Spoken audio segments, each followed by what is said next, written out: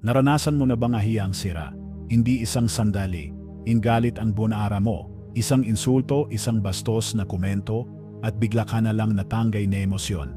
Nawala ka sa direksyon, at nakapakasalita ka ng bagay na pinagsi. Himosyon nawala ka sa direksyon, at nakapakasalita ka ng bagay na pinagsi. Himosyon nawala ka sa direksyon at nakapagsalita ka ng bagay na pinagsisihan mo kalaunan. Bakit ba parang wala tayong kontrol kapag umalabang emosyon? At mas mahalaga, paano natin mababawi ang kontrol na yon? Naniniwala ang mga stoic na ang tunay na labanan ay nasa isipan natin, hindi sa ibang tao, hindi sa ibang tao, hindi sa mga sitwasyon. Itinuro nila na ang lakas ay hindi nagkikita sa paging maingay o mapusok, kundi sa kakayahang hindi gumanti. Sa pagpiling katahimikan sa gitnang kaguluhan, sa pagpiling katahimikan sa gitnang kaguluhan, sa pagtangging isuko ang kapayapaan mo sa taong hindi naman karapat-dapat. Ipakikitan video na ito kung paano mo mahahawakan ang emosyon mo, hindi sa pagpigil ng nararamdaman mo, kundi sa pagbabagon paraan ng pagtugon mo. Matututuhan mo ang mga konkretong, napatunayang teknik ng stoicism upang matutong huminto bago tumugon, kumalas sa mga bagay na hindi na nagsisilbi sa iyo, at masterin ang emosyon mo na parang isang mandirigma ng isipan.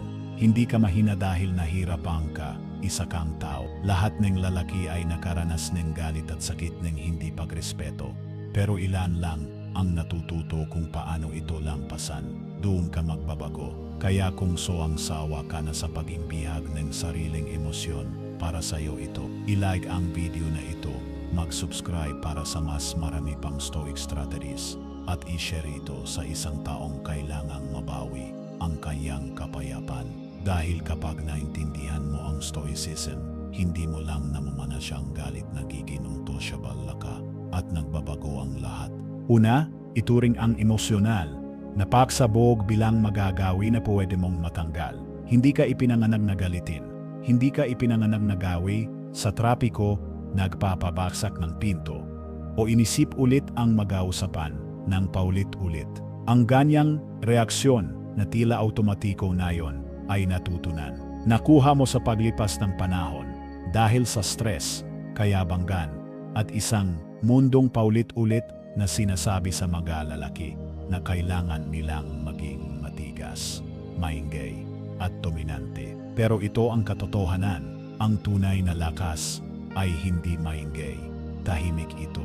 At ang pinakamakapangyarihang lalaki sa isang silid ay ang hindi natitinag, hindi bumabawi ng sigaw, at hindi hinahayaang gambalay ng kanyang kapayapaan ng malilit na bagay.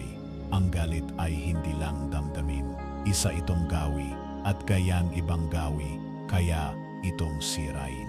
Pero una, kailangan mong makita ito sa tunay nitong isang chain reaction na nagpapatuloy dahil pinapakain mo. May laliking suminggit sa linya, minamalit kan boss mo, may sinabi ang partner mo na masakit, at bago ka pa mang makapag-isip, nagsalita ka na. Yan ang siklo, at karamihan sa mga lalaki nananatiling nakulong dito habang buhay.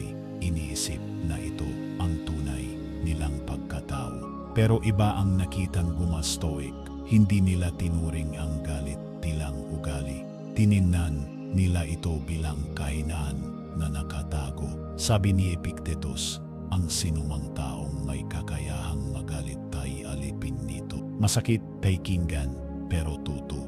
Kapag nag-react ka ng hindi iniisip, ibinibigay mo ang kapangyarihan mo sa bagay na nagtulak sa'yo. Nagiging predictable ka, madaling manipulahin, at emosyonal na pagod. Isipin mo ito, nakatayo ka sa pila sa LTO, isang oras ka nang naghihintay. May suminggit sa harap mo, walang pakialam. Ramdam mo na sumisikip ang dibdib mo. Nangginginig ang pangga mo. Gusto mong sumigaw. Yan ang labanan mo. Pwede kang lumaban sa parehong girang, palagi mong natatalo. O pwede kang huminto sandali at itanong ang isang simpleng tanong, makakatulong ba ang magalit? Alam mo ang sagot, naranasan mo na ang sagot, nakapaglabas ka ng galit mo, at ano ang napala mo? Wala kundi dagdag stress, dagdag pagsisisi, at mas lumala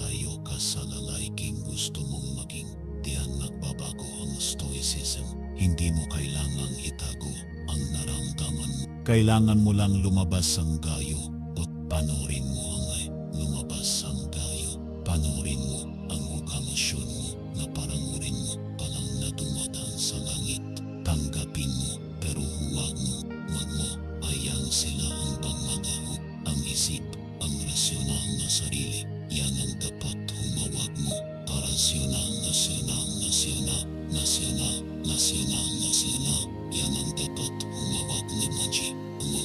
Yan ang lakas na pinandainan ni Siyok sa pamamagitan ng disiplina. Na ang galit ay patunay na nagmamalasakit sila. Na ang manatiling kalmado ay kahinaan o kawalang pakialam. Pero ang tuto, kahit sino kayang sumabag, madali yan ang mahirap. Ang kaya na sila,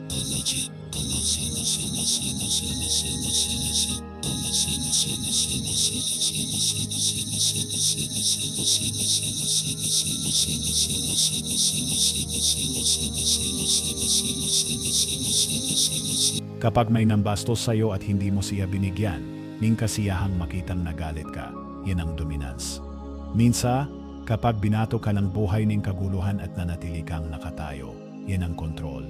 Kaya sa susunod na maramdaman mong umaakit ang init sa dibdib mo, huminto ka, huminga ka. Sabihin mo sa sarili, mugawi lang itong galit. Hindi ko na kailangang suwatin pa ito. At pagkatapos, lumakat ka palayo. Hindi dahil mahina ka, kundi dahil masyado ka ng malakas para sayangin. Nineriya mo sa mga bagay na hindi karapat-dapat. Nandito ka hindi para magpatrigger. Nandito ka para bawi ng kapangyarihan mo. At nagsisimula ito hindi sa pagbabago ng mundo, kundi sa pagbabago ng mundo, kundi sa pagbabago ng pagtugon mo. Tumugon ka bilang isang lalaking may hawakan ng kanyang isip. Tumugon ka gaya ang isang stoic. Pangalawa, kontrolin mo ang sarili mo sa halip na pilit. Kontrolin ang iba, madalin sumabog, madalin itaas ang boses, magbita in masyokit na salita o umalis bigla sa isang kwarto. Yan ang karaniwang ginagawan maraming lalaki kapag nakaramdam. Ning kawalang galang, umaatake para makabawi, ning kahit kaunting. Pakiramdam, ning kapangyarihan. Pero ang ganong uri ng kapangyarihan ay huwad. May ngiti ito sa simula pero mabilis na nawawala at palaging iniwang kang masamahina kaysa dati. Ang tunay na kontrol ay hindi nakukuha sa pagdomina sa ibang tao. Nakukuha ito sa pagmamayari ng sarili mo sa gitna ni init na sitwasyon. Nililinlang kang galit.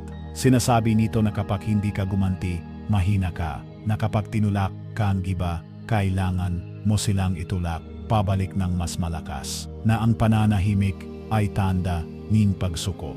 Pero balikan mo ilang beses ba talagang nakatulong ang pagiging galit.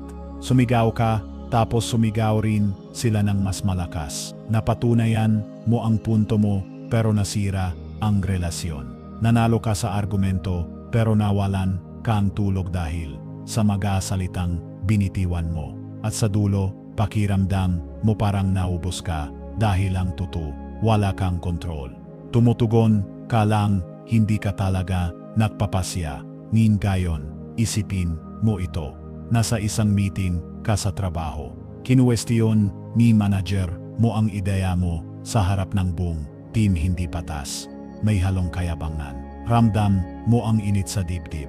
Gusto mong sumagot, ipagdanggol ang sarili mo. Patahimikin siya. Pero may haninto sa'yo. Isang boss sa pulse sa loob mo ang nagsabi. Kapag sumagot, ako nin gayon. Lalala lang ito. Kaya haminto ka, uminga ka. Sabi mo, salamat sa feedback. Babalikan ko yan. At nagpatuloy ka. Sa tamang oras, kinausap mo siya ng pribado. May linaw, hindi emosyon. Yan ang kontrol. Yan ang lakas. At yan ang stoicism. Sabi ni Marcus Aurelius, may kapangyarihan ka sa isipan mo, hindi sa mga bagay, sa labas mo. Kapag naunawaan mo ito, matatagpuan mo ang tunay na lakas. Hindi na niwala ang mga stoic sa pagpapadala sa kayabangan. Naniniwala sila sa pagtugon, hindi sa padalos-dalos na reaksyon. Sa kalinawan, hindi kaguluhan. Naunawaan nila ang bagay na maraming lalaki ay hindi. Parinalam, Ang kontrolin ang ibang tao ay isang larong pagkatalo. Ang talagang makokontrol mo at palagi mong kayang kontrolin ay kung paano ka pumipiling humarap sa mga sitwasyon. Ang karaniwang pagkakamalin ni magalal ay ang paniniwalang ang pananahinig ay kahinawan na ang pag-alis ay nagpapababa sa pagkatao mo. Pero pag-isipan mo nung huling may nakita kang sumabog sa harap mo, lalo mo ba siyang nirespeto o bumaba siya sa paningin mo? Ang galit ay maingay, pero ang respeto ay tahimik.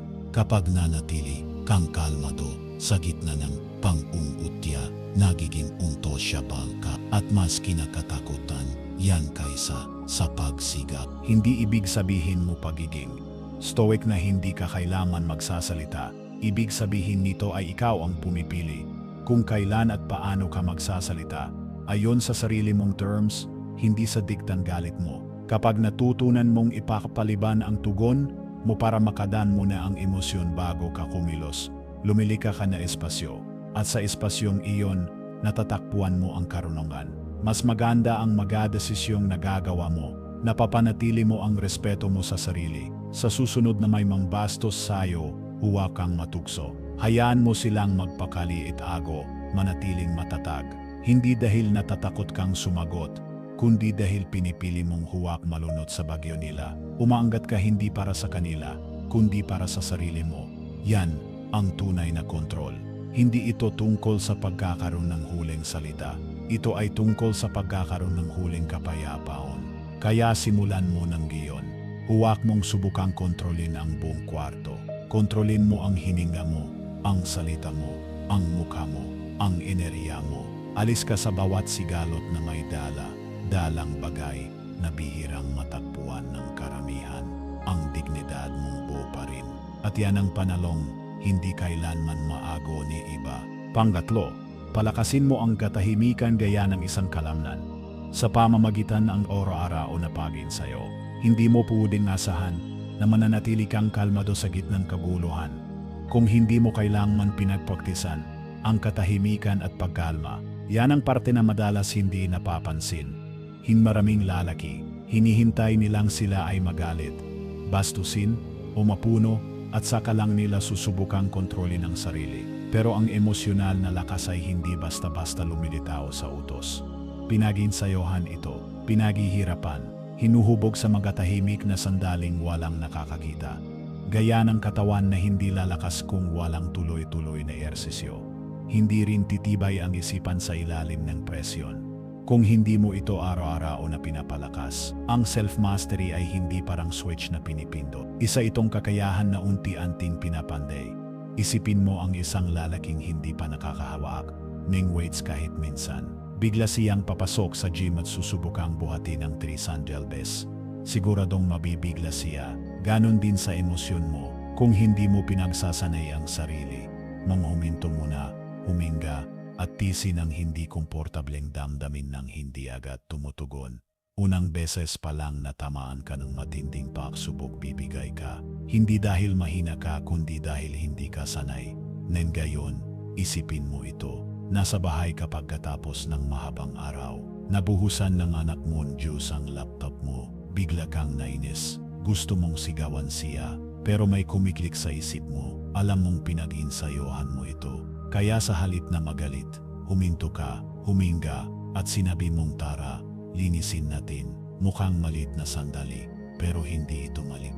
Isa yang rep, isa yang lakas na may kilos. At ang rep na yan, ang magsisilbi sa'yo sa mas malalaking bagyo.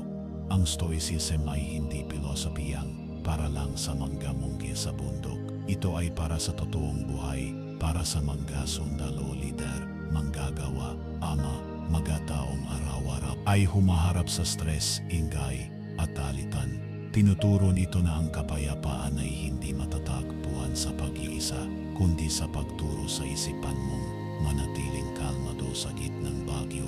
At ang training na yan ay nagsisimula sa malisik na bagay, pagising na maga para magnilay, pagsusulat ni musik bago matulog, pagpiling pananahimik sa halip na pangungkutya kapag may nakakainis.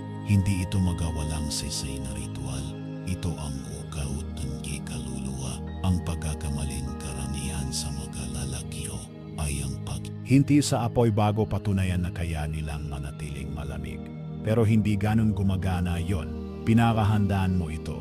Gumagawa ka ng ritual na nagpapalalim ng focus, nagpapahaba ng hininga, at nagpapatalas ng awareness. Dahil kapag dumating ang presyon, hindi ka tumataas ayon sa okasyon. Bumabagsak ka sa antas ng training mo. Alam ito ng Stoic. Si Marcus Aurelius ay nagsusulat araw-araw. Nagre-reflect sa kung ano ang nagtulak sa kanya, ano ang sumubok sa kanya, at paano siya makakatugon ng mas maayos kinabukasan. Hindi dahil mahina siya, kundi dahil gusto niyang mas maging matatag. At si Epictetus, na minsang naging alipin, ay nagturo na ang disiplina ay hindi nagsisimula sa magagarbong kilos, kundi sa araw-araw na pagpigil sa damdamin at pag-iisip. Pinagpraktisan nila ang katahimikan bilang gawi, hindi bilang tugon. Kaya kung gusto mong tumigil sa pagiging lalaking palaging nawawala sa sarili, kapag may problema, simulan mong maging lalaking laging handa bago pa dumating ang gulo. Umupo ka sa hindi komportabling damdamin sa halip na humanap agad na abala. Pansinin ang hininga mo kapag gusto mo nang magsalita. Mag-reflect sa dulo na araw, kahit 5 minuto lang. Hindi ito simpleng kilos. Ito ang iyong emosyonal na weightlifting. Walang ipinanganak na stoic at walang gumigising kinabukasan na may perpektong self-control. Pero ang lalaking nagukusa paulit-ulit at nagtitrain, yan ang nagiging untouchable. Binubuo mo ang katahimikan gaya ng pagbuo mo ng kahit anong kakayahan sa pamamagitan ng pagsisikap, pagulit at oras. Kaya huwag mong hintayin subukin ka ng mundo. Ikaw ang sumubok sa sarili mo araw-araw dahil ang lalaking nagsasanay sa katahimikan. Siya ang nananalo kapag dumaiting ang ingay. Pangapat, bitawan mo ang magabage na hindi na nakakatulong sa'yo. Paano mong ayosin ang buong araw mo? Gigising ng maaga, maghim, tapusin ang dapat gawin, at maramdaman mong kontrolado mo ang lahat. Pero biglang nagka-traffic. May nag-cancel na meeting sa huling minuto. Dinagdagan ka ng trabaho ng boss mo nang walang pasabi. Nagaon ng ang pleno mo at mabilis ang pagbuo ng inis. Yung paninikip, migdib-dib, yung init sa lalamunan, hindi galing sa pangyayari mismo. Galing yan sa pagtutol mo sa ito. Hindi ka galit dahil nagbago ang bagay. Galit ka dahil inakala mong hindi sila magbabago. Pero ang hindi interesado ang mundo sa schedule mo. Hindi humihingi ng permiso ang buhay bago ito lumihis sa direksyon. At habang lalo mong pinanghawakan kung paano mo gustong mangyari ang bagay, mas lalo kang naghihirap. Hindi ito kahinaan, ito'y attachment. At kapag hindi mo nabantayan ang attachment, nagiging bitag ito. Ang lalaking kailangang perpekto ang lahat para manatiling kalmado ay isang lalaking hindi kailanman makakaranas ng tunay na kapayapaan. Ang letting go ay hindi pagsuko. Ito ay pagilala kung ano ang hindi na dapat panghawakan. Ito ay ang matutong kilalanin ng pagkakaiba ng bagay na nasa kamay mo at ng bagay na kusa ng tumudulas palabas kahit anong higpit pang hawakan mo. Masalam itong stoic kaysa kanino man. Hindi nila sinasayang ang ineriya sa traffic sa bastos na tao sa biglang pagbabagoong plano. Itinatabi nila ang lakas nila para sa bagay na kaya nila ang hubugin ang ugali nila, ang mindset nila, ang pagtugon nila. Kaya kapag may bagay na gumulo sa araw mo, huwag ka agad mag-react. Huminto ka, tanungin mo ang sarili mo. Nasa kontrol ko ba ito? Kung ang sagot ay hindi, huwag mong bigyan ng gasolina gamit ang atensyon mo. Hayaan mo itong dumaan na parang masamang panahon. Hindi mo ito binabalewala, pinipili mo lang na huwag malunod dito. Hindi ito pagtanggi sa katotohanan. Ito ay disiplina. Ang karaniwang pagkakamali ng lalaki ay ang paniniwalang ang pagkontrol ay nanggangulugang pinipilitang manggabagay na magkasya sa gusto mo. Pero ang tunay na kontrol ay nasa kakayahang mag-adapt.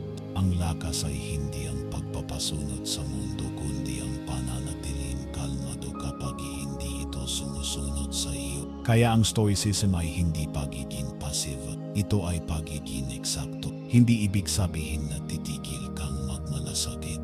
Ibig sabihin lang, titigil kang magmalasakit sa mga bagay na hindi mo naman kayang baguhin.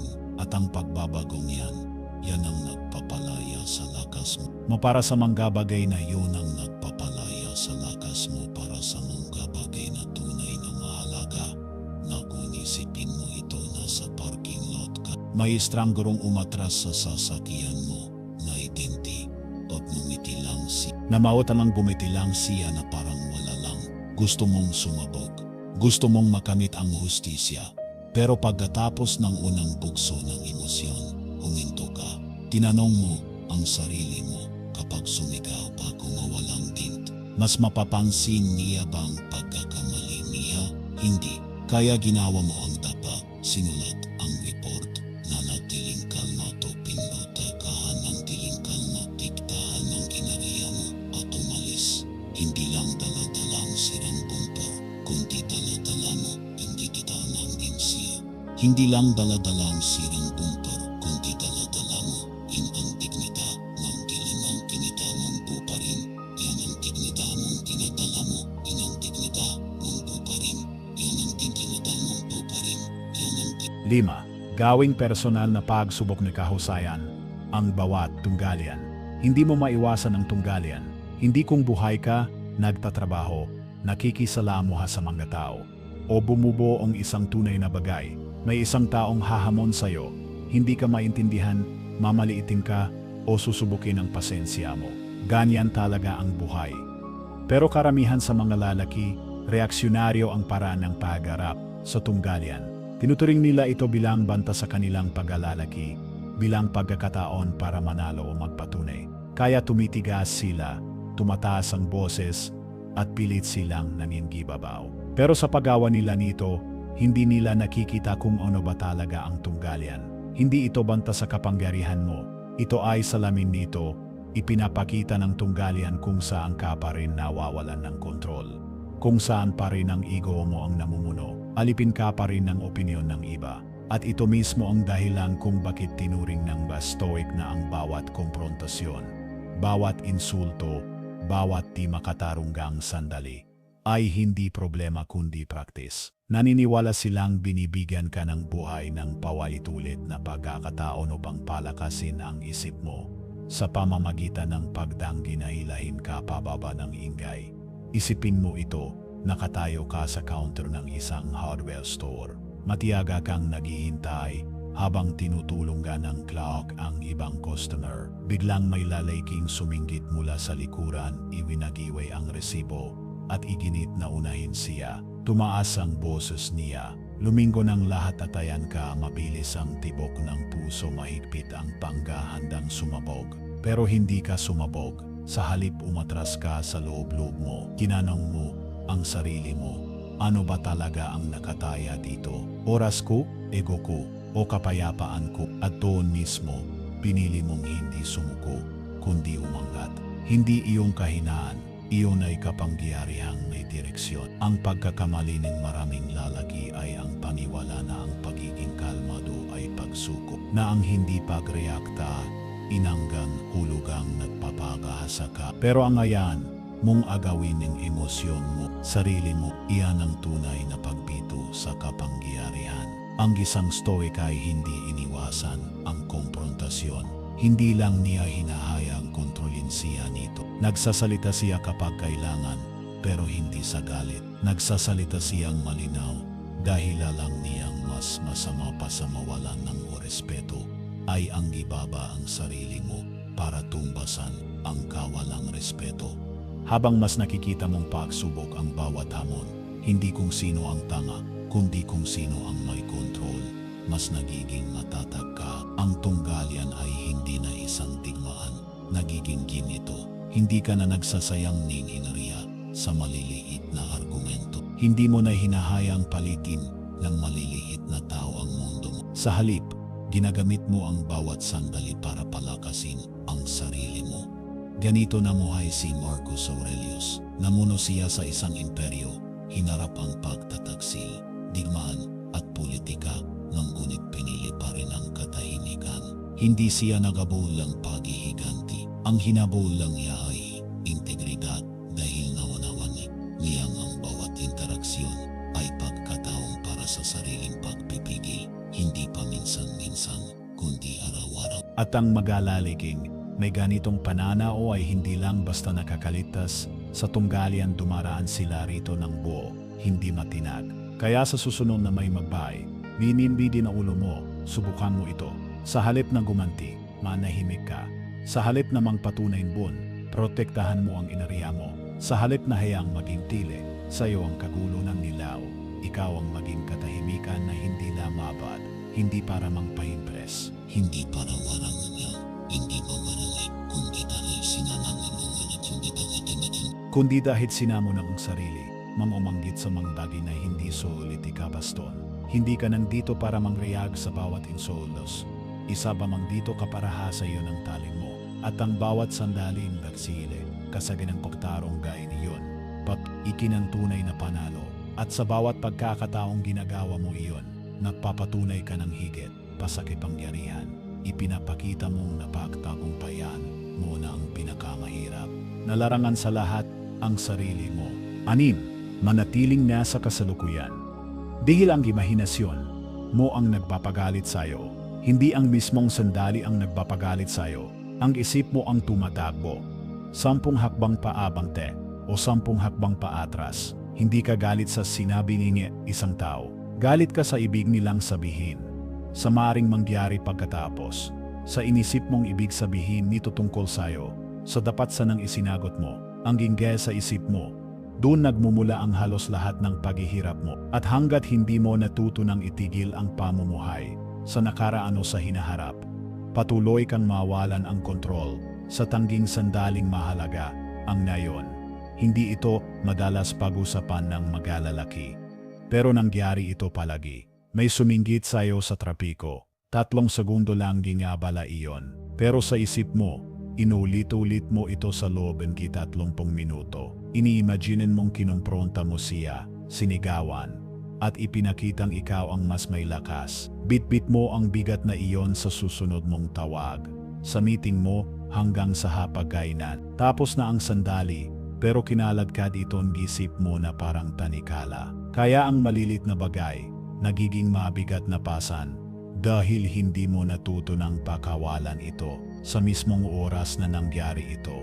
Pinupunit ng suwisism ang kalat sa isip na parang talim. Sinasabi nito ang tangging merong kalang ay ang gayon. At sang gayon, walang insulto, walang inisip na masamang mangyayari, walang kasaysayang kailangang ayusin.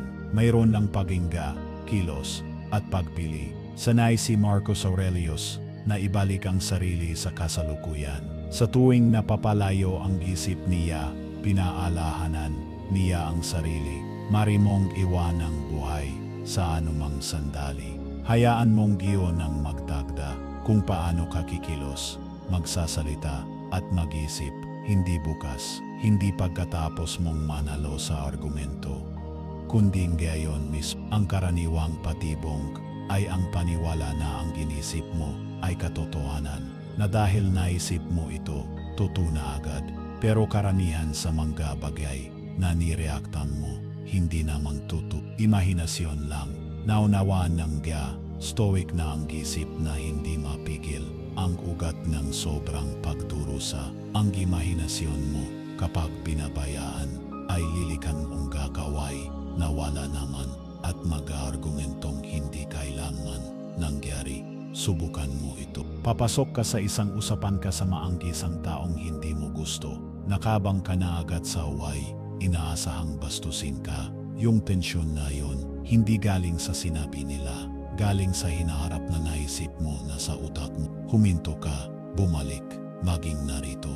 Maaring bastusin kang kanila, maaring hindi. Pero alin man sa dalawa, mas kakayanin mo ito kung kalmado at nakaugat ang isip mo kaysa yung punong haka-haka. Ito ang dahilan kung bakit ang pagsasani ng mindfulness ay hindi lang pamparelax. Isa itong taktikal na kalamangan, pinapanatiling malinaw ang isip mo kapag gusto ng instincts mo ng kaguluhan. Hindi mo kailangang umupo ng nakayoga po sa loob. Hindi mo kailangang umupo ng nakayoga po sa loob. Hindi isang oras para makuha ito. Kailangan mo lang pansinin ang hininga mo, ang tindig ng katawan mo, ang tunog sa paligid, ang pakiramdam ng babayo tunog sa paligid, ang pakiramdam ng babayo tulog sa sahi. Sa tuwing gusto ng isip mong mag-imbento ng kwento, ibalik mo ito. At kapag ginawa mo ito, titigil ka sa sobrang pag-react sa mga bagay na hindi pa nangyayari. Titigil ka sa pagulit sa mga bagay na hindi mo na kayang ayusin. Titigil ka sa pagpagpagtis ng meti, salitang hindi mo namang kailangang sabihin. Magsisimula kang tumugon hindi mula sa nerbiyos, hindi mula sa takot, kundi mula sa presensya. Doon naninirahan ang katahimikan mo. Doon naninirahan ang kapangyarihan mo. Hindi mo makokontrol ang nangyari na. Hindi mo rin makokontrol ang hindi pa nangyayari. Pero makokontrolo mo ang nayon, at kung kaya mong angkinin ang nayon, kahit ilang pagingga lang, hindi ka lang nahasyanin sa cynicism. Namumuhay kang malaya, at iyan ang uri ng lakas na hindi kayang agawinin kahit sino. 7. Bitawan mo ang bigan. Hindi samaan melo bago pa ito magpaata na sa iyo. Hindi lang nito nilalaso ng iba. Igin-isipan, kundi pinapahina rin ang iba o. Nakikita mo na ito sa lalaging kahit nakapapahinga, ay mukhang laging pagod. Sa taong mabigan ang lakat kahit walang binubuhat. Sa taong nahiya at nag-alangan na bumati sa kabutihan dahil sanay na siyang linlangin at pagtaksilan. Ang bigat na ito ay hindi pisikaw, kundi emosyonal. At habang patuloy mong kinukupkob ang galit, pagsisi at pait, lalo nitong kinakain ang iyong enerhiya, kalinawan, at ang kakayahan mong makaramdam muli ng kadalasan, hindi napapangsin ni megalalaki ang pagiral nito. Hindi sip nilang nakapag-move on na sila dahil tahimik na lamang sila. Ngunit ang katahimikan ay hindi nagdadala nung tunay na pagaling. Hindi ibig sabihin na hindi mo ito pinag-uusapan, ay hindi nito hinuubog ang paraan mo ng pagsasalita, pagtitiwala at pamumuhay, ang pait na pinipilit mong dalin mula palinang taon na ang nakalipas ay nasa balikat mo na maging sa iyong pagtulog at paiti ang bilisin iyong pagsabog kapag may bahagyang paglabag sa hangganan. At iyan ang dahilan kung bakit tinitingnan nung ba stoic ang pagpapatawad hindi bilang moral na obligasyon kundi bilang paraan ng pag-ingat sa sarili. Ang pagpapalaya ay hindi tungkol sa pagharap sa nagawa sa iyo. Ito ay pagdangging, ayan itong pumigil sa iyong pag-usat sapagkat bawat patag nung samang loob na iyong dinadala ay ninangakaw ang iyong kapayapan sa kasalukuyan. Walang sinuman, pati na rin ang taong nakasakit sa iyo, ang narapat magkaroon nung ganong kapangyarihan sa iyong buhay. Sinabi ni Epictetus, maring ikadena ang kaking pao. Ngunit kahit si Zeus ay hindi makakapanatag sa aking kalooban, iyan ang tunay na ibig sabihin ng pagpapatawad, hindi ang pag-apruba o paglimot, kundi ang pagdangging.